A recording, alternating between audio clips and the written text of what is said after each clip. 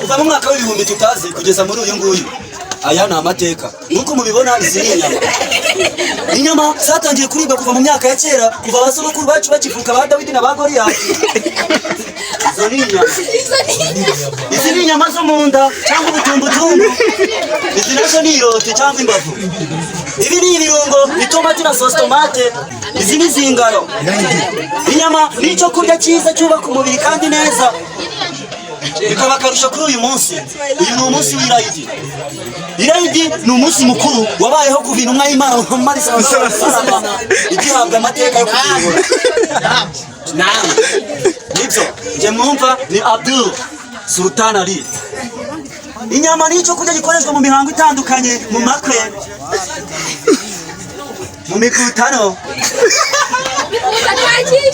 yo ku Irayidi. Abagatulika nabo barazirya. Bazirya ku bunani, yemwe n'abapfumu barazikunda kuko bazituma babaripfumurira. Tuzirya kubera Imana, tukazirya kubera igikorwa cyiza cy'igitambo.